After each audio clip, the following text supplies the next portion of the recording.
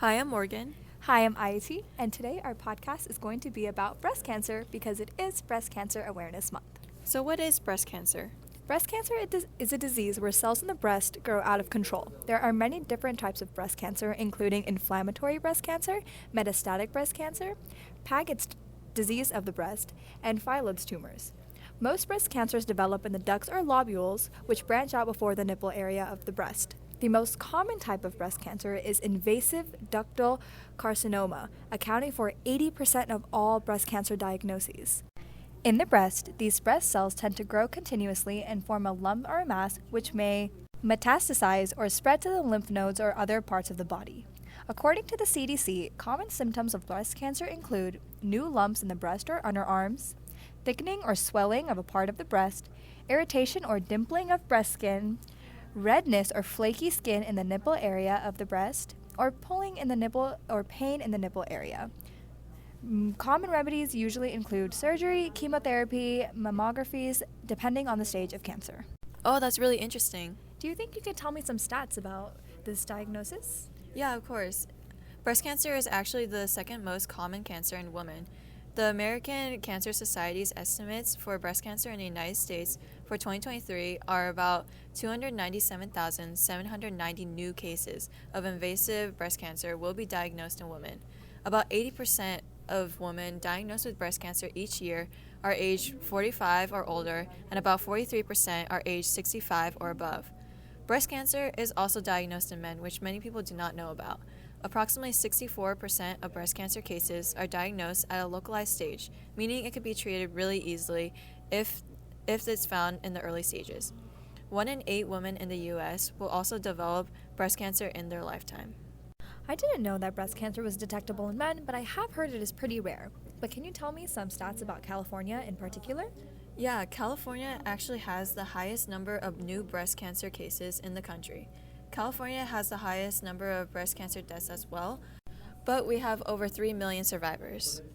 Can you tell me about some new research? Of course, new technological advances in imaging are being created so that they open new opportunities for improvements in both screening and early detection.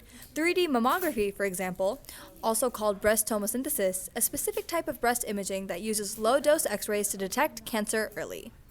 That's really interesting. Do you know anyone that has experienced having breast cancer before? Yes, actually, my aunt was diagnosed with breast cancer in 2005, and it was believed she had stage 2 based off the size of the lump and the ultrasound. She ended up having a lipectomy where they removed the lump and surrounding tissues to ensure the area is cancer-free, and they determined the stage of cancer by injecting a blue dye to find the first lymph node, draining the site of the cancer.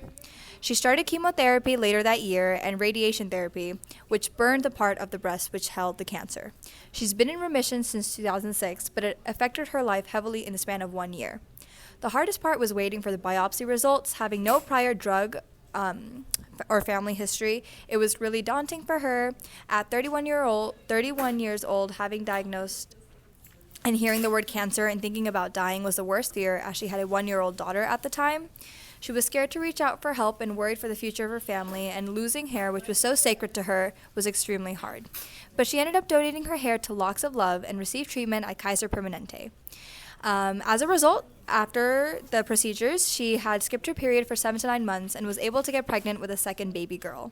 Her kids and her family remained her strength, and now she educates women on early detection and ordering mammograms for those who have family history associated with breast cancer. Following up on that, what can we do to help? I'm glad you asked. So we can educate women on early detection and ordering mammograms for those who have family history associated with breast cancer.